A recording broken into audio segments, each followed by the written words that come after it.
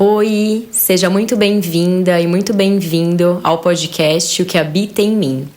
Eu sou a Gabi Canhete, da Harmonizares, e esse é um espaço onde eu vou falar sobre o que me habita e sobre os lugares onde eu habito. Além de dar voz ao que reside em meu interior, esse também é um lugar de trocas sobre o morar e o Feng Shui, com o intuito de nos aproximarmos ainda mais da morada que habitamos. E que ao compartilhar sobre o que me habita, você possa construir um novo refúgio em seu lar e em você. As portas estão abertas, pode entrar. Quando me veio a ideia do podcast, eu não tinha ideia do tamanho da proporção que criá-lo abriria em mim. Do tamanho da abertura que tá aqui falando com você, ia criar dentro de mim. Porque tudo nasceu de uma ideia muito despretensiosa de dar voz ao que me habita. E olha só, esse é só o segundo episódio. E na verdade, quando eu paro pra pensar que eu tô aqui gravando esse segundo episódio, eu falo, Gabi, nossa menina, de onde você tirou essa ideia, né? Tipo, será que é isso mesmo, né? E é isso mesmo. Mas hoje eu queria trazer um pouco também essa reflexão de quantas vezes a gente não tem uma ideia e também ou uma intuição, e às vezes a gente duvida da nossa própria intuição, né? Duvida da gente mesmo. E, enfim, quando eu falo, né, dessa questão de estar aqui falando e às vezes de eu duvidar disso mesmo, é porque para eu estar aqui falando sobre o que habita em mim, eu precisei, né, olhar e sentir e acessar dentro de mim várias camadas. Eu precisei tirar uma roupagem, né, para estar aqui falando do que me habita. E eu precisei tirar também uma coragem do mais íntimo de mim para falar do que eu sinto simplesmente por falar. E eu acho tudo isso muito simbólico. Porque mais uma vez foi mexendo na minha casa que eu tive essa coragem para estar aqui. Porque foi justamente quando eu tirei os espinhos da frente da minha casa que de fato a abertura passou a acontecer. Inclusive a mudança, a troca da porta que eu falei no episódio anterior. E esse é o tema do episódio de hoje, o remover dos espinhos. Vamos lá?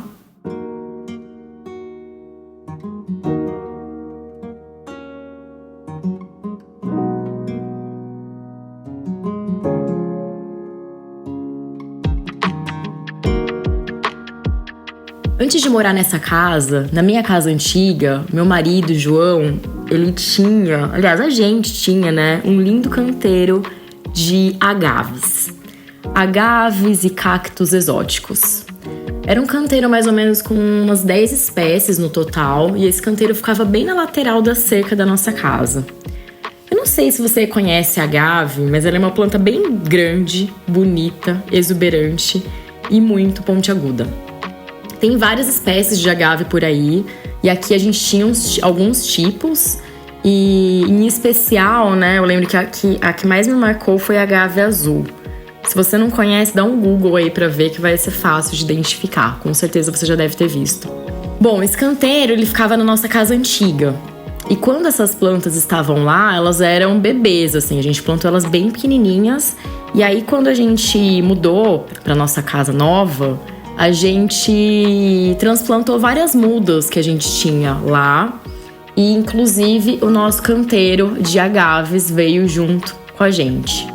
E aí, como essas plantas elas crescem bastante, e eu tava grávida ainda, e também tinha o Joaquim, que enfim, né, criança, a gente ficou pensando muito, assim, onde é que a gente ia colocar essas mudas, porque elas crescem bastante, elas são bem espinhudas. E aí ficamos lá, quebrando um pouco a cabeça, né, andando aqui pelo terreno, pensando onde é que a gente ia plantá-las.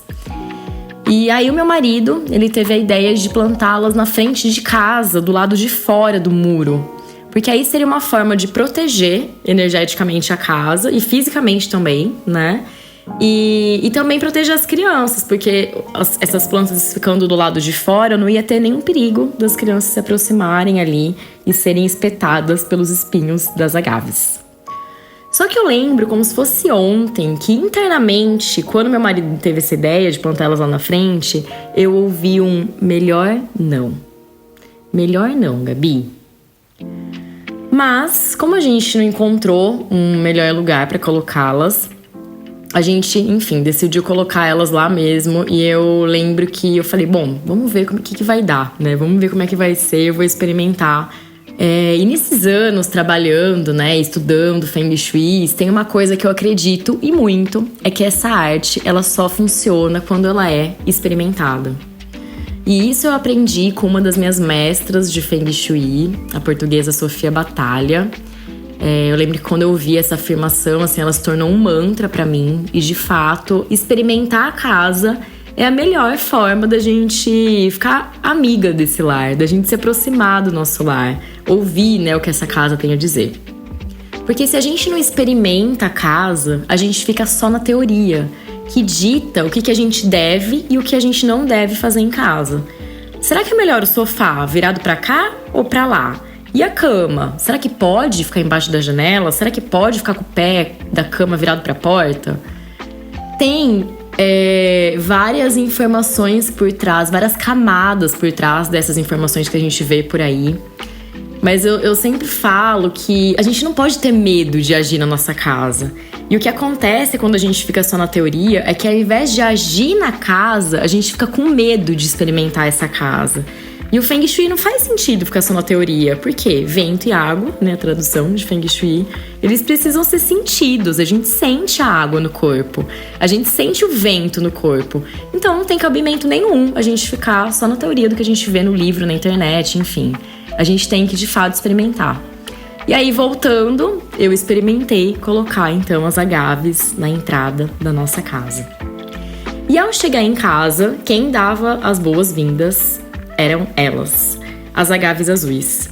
Lindas, poderosas, mas totalmente na retaguarda e na defensiva.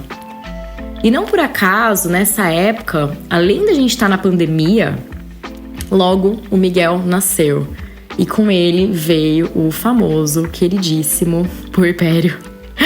Eu não sei se você que tá me ouvindo já ouviu falar do puerpério, ou se você, mais do que isso, já viveu o puerpério, ou às vezes talvez esteja até sentindo na pele.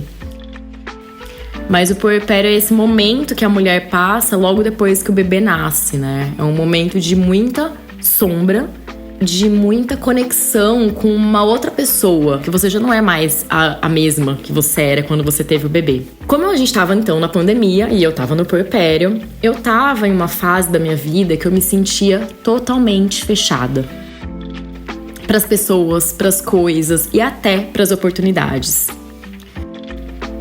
E aí, outro fato muito curioso na casa dessa humilde consultora de Feng Shui é que quando a gente mudou pra cá, a gente não colocou o número na nossa casa. Justo eu que sei da importância de manter uma entrada iluminada, sinalizada, bonita, né, harmoniosa. O que eu quero dizer, né, o que eu quero que você entenda é que quando eu digo que a casa reflete tudo, ela reflete mesmo.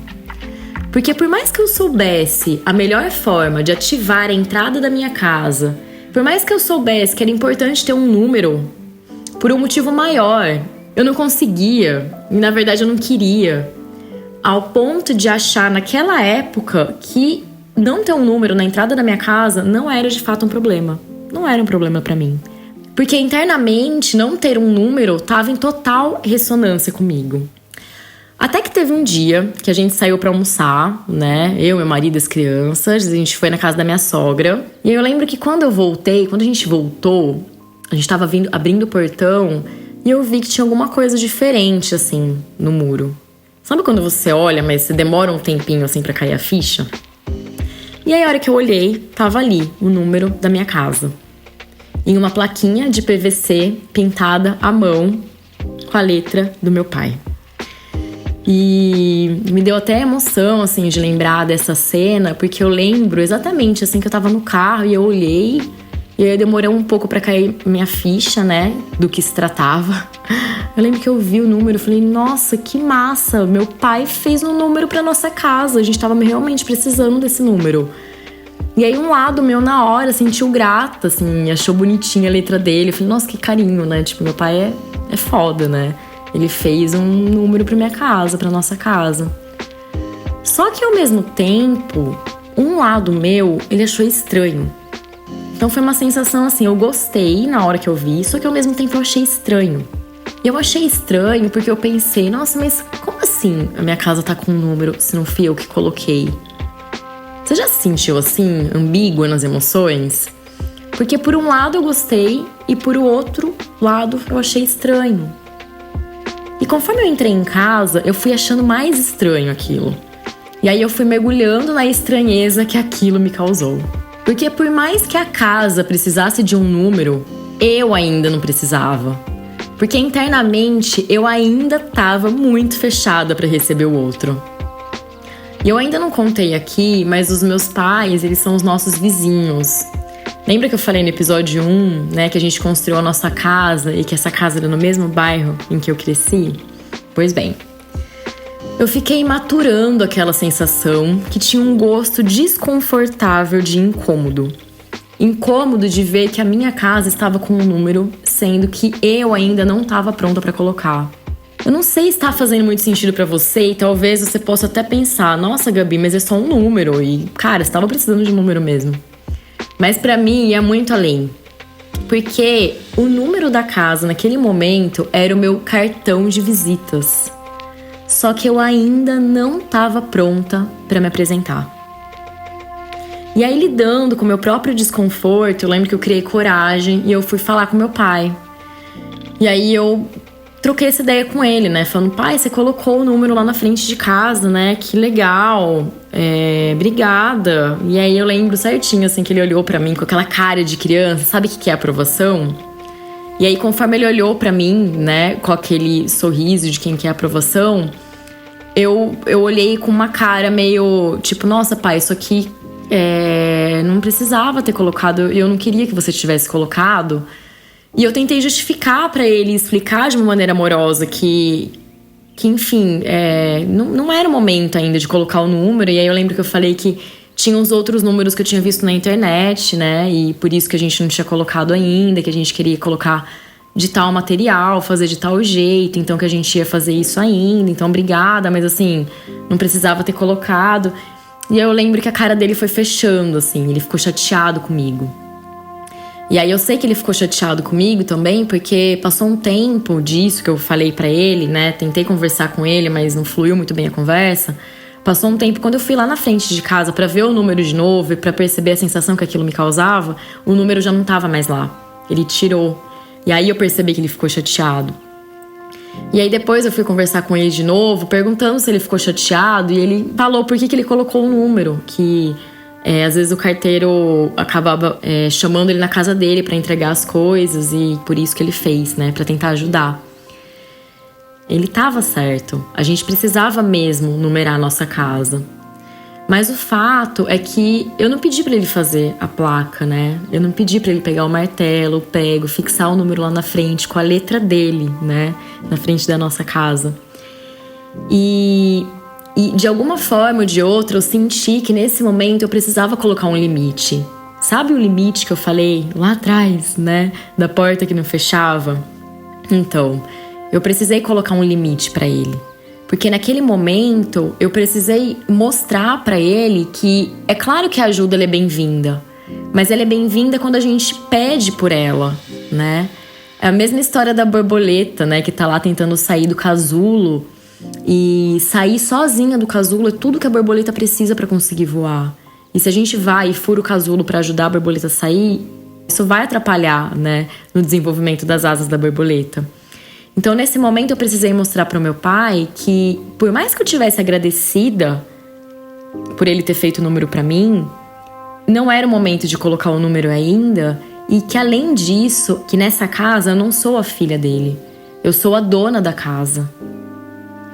Então, foi um limite bem importante e simbólico que eu precisei colocar. E isso foi para mim, assim, além de conseguir colocar esse limite, foi algo interno, assim, pra mim, que caiu essa ficha, assim, de que, cara, aqui é a minha casa. Aqui eu sou a dona da casa. Aqui eu sou a mulher. Aqui eu não sou a filha. E a filha pode ter um certo receio de falar com o pai, mas a dona da casa não. Só um parênteses, gente, que a única sinalização que a gente tinha aqui era um número no poste, em cima do poste de luz, e o nome da chácara, né, que ficava na caixa d'água. Então, assim, não é que a gente estava totalmente a Deus dará. Tinha uma sinalização, mas não era uma sinalização, né, adequada no muro. Passou mais ou menos uns 6 meses depois desse acontecimento pra gente colocar, de fato, o número na casa. Um número que foi a gente que escolheu, que foi pintado à mão, que veio também com a colocação de um interfone. Olha só que evolução. Mas o número só foi colocado depois que a gente tirou as agaves. A minha intuição já me dizia que aquelas plantas, embora fossem lindas, precisavam sair. Elas precisavam sair ali do lado de um muro sem número. E em janeiro desse ano, um pouco antes da gente trocar a porta da casa, eu decidi internamente que era chegada a hora de remover os espinhos. Eu lembro que antes de fazer isso, eu fui lá, né, conversei com elas, agradeci, né, as plantas pelo cuidado que elas tiveram, pelo período que elas ficaram aqui com a gente e que elas iam para um novo lar. E assim elas foram transplantadas, né? Foi com essa energia, assim. Eu lembro que também antes da gente transplantar, eu conversei com o João, né, com meu marido, sobre isso, assim, sobre essa minha decisão. Na verdade, antes de fato a gente tirar, eu já tinha passado essa bola para ele algumas vezes. E ele tava um pouco resistente, porque ele gostava muito dessas mudas, assim. Ele que conseguiu as mudas, ele que plantou na outra casa, ele que tirou da outra casa. E eu lembro que enquanto eu não decidi mesmo internamente, toda vez que eu falava com ele, ele falava que ele não queria tirar. E parece que quando, de fato, eu resolvi ouvir a minha intuição e eu decidi que eu queria mesmo tirá-las, que era importante tirá-las, ele topou, e não só topou, como já arranjou uma pessoa que ia ficar com as mudas, foi lá, fez todo o trabalho, né, braçal, de cavar o buraco, enfim, de tirá-las de lá. E foi bem simbólico pra mim isso também. Porque eu lembro que antes, né, de decidir isso internamente, eu tava muito assim, no momento, começo de ano, né, me questionando sobre o ano, mentalizando algumas coisas. Eu lembro que me vinha isso forte, essa intuição de que elas precisavam sair. Só que ao mesmo tempo, eu pensava assim, será que elas devem mesmo sair? Será que isso é uma intuição? Ou será que isso é uma coisa da minha cabeça? E eu fiquei me questionando um pouco sobre isso, e eu lembro que teve um dia que eu fui lá na frente, né, do outro lado da rua, né, olhando, percebendo, na verdade, a sensação que eu tinha quando eu olhava pra elas. E a sensação que eu tinha quando eu olhava pra elas é que elas estavam repelindo muita coisa. Além de proteger, obviamente, que é muito importante a gente ter a proteção na casa, mas parece que era uma energia de um certo conflito, de uma certa barreira. Era essa sensação que eu tinha. E aí quando eu internalizei, quando eu entendi que a sensação era essa e eu decidi internamente que eu queria tirá-las, eu fui e conversei com o João, ele entendeu e a gente pôde remover as agaves de lá. E logo assim, um dia depois que a gente tirou as agaves, eu lembro que eu fiquei um pouco mexida. Eu olhei elas, o buraco delas, junto com as agaves saíram algumas emoções também, sabe? Mas de fato foi muito importante remover as agaves, assim. Depois de um tempo passado, eu acho que algumas semanas, a gente conseguiu finalmente trocar a porta. Parece que enquanto eu não removi os espinhos, eu não tava pronta pra trocar a porta. E eu sinto que é isso, assim, na nossa casa. A gente tem que agir muitas vezes em camadas. Às vezes a gente ouve por aí, né? Coloca um objeto X na área da prosperidade, por exemplo, para você, sei lá, ganhar mais dinheiro. Coloca os objetos aos pares na área do relacionamento para você atrair o amor. E assim, o Feng Shui, assim como a vida, ela atua em camadas, né? A gente tem que cuidar dessas camadas antes pra gente conseguir o que a gente quer. E pra mim, remover os espinhos foi a primeira camada, né? Dessa abertura que foi realmente a remoção da porta. E aí eu fiquei pensando, né, que quantas vezes a gente não duvida da nossa intuição? Quantas vezes a gente desiste por não conseguir bancar a nossa decisão? Sejam decisões simples, de coisas do cotidiano, né, como a remoção de uma planta. ou decisões muito grandiosas que interferem diretamente na vida de outras pessoas. E a reflexão que eu quero trazer hoje é essa, assim, de quais são os espinhos que a gente precisa remover pra gente ouvir a nossa intuição. Quais são as máscaras e armaduras que podem estar impedindo a gente de receber coisas novas, coisas boas, coisas da alma. E além disso, eu também deixo aqui o convite para que você possa observar a entrada da sua casa. Perceber a sensação que você tem quando você entra em casa. O que você sente quando você observa a sua casa do lado de fora? O que você sente quando você olha o seu apartamento do lado de fora? A entrada do apartamento? Se você mora em casa, qual que é a primeira coisa que você vê quando você chega? O que é que te dá as boas-vindas? E se você mora em apartamento, o que é que você vê quando você sai do elevador? O que você vê quando você abre a porta? No meu canal do YouTube, que é o Feng Shui com Gabi, eu tenho um vídeo onde eu falo exclusivamente sobre a entrada da casa. E lá eu cito uma frase do Rubem Alves que eu gosto muito e deixo aqui também como inspiração, que é a seguinte: a entrada da casa é como um prefácio de um livro que nos anuncia o que está por vir. E o que a sua entrada tem anunciado? E lembrando mais uma vez que as coisas, elas têm um motivo. Se você tem espinhos na sua entrada, tem um motivo. Se a sua casa não tem um número, ainda tem um motivo. Se o portão tá emperrado, tem um motivo. Tem algo que vai além, sabe? Isso não quer dizer que se é porque tem um motivo, né, que você vai se acomodar. Não, não é isso. A minha principal intenção ao estar aqui falando sobre o que habita em mim é te lembrar que a partir do momento que a gente decide olhar com consciência para nossa casa, a gente vai derrubando muros. Muros que muitas vezes nos impedem de ver além. Muros que impedem a gente de caminhar para onde a nossa alma anseia ir. Bom, então bora olhar para a entrada da sua casa e perceber o que essa entrada, o que essa casa tem para te contar. Perceber o que a sua casa tem refletido sobre você, respeitando acima de tudo o seu próprio ciclo. E se for para tirar os espinhos, que seja no momento certo, no momento que você estiver pronta para isso. Pronta também para bancar as suas decisões, confiando em si e principalmente na sua intuição. É isso que me habita hoje. Eu espero que essa história, né, aqui dos espinhos de casa reverbere de alguma forma em você. Lembrando que esse podcast é um projeto novo e como todo bebê, ele precisa de muito amor e de atenção. Vão ser 7 episódios nessa primeira temporada. Você está ouvindo o segundo episódio. E os próximos, eles vão sair de forma semanal. Então, se você gostou, você pode comentar, compartilhar com alguém, enfim. Fazer, né, o vento e a água fluir por aí. E para chegar ainda mais perto do que me habita, fica o convite para você me seguir lá no Insta, que é o @harmonizares. E no YouTube, para você saber mais sobre o Feng Shui, você me acha como Feng Shui com Gabi. É isso, gente. A gente se vê em breve no fluxo do vento e da água. Até!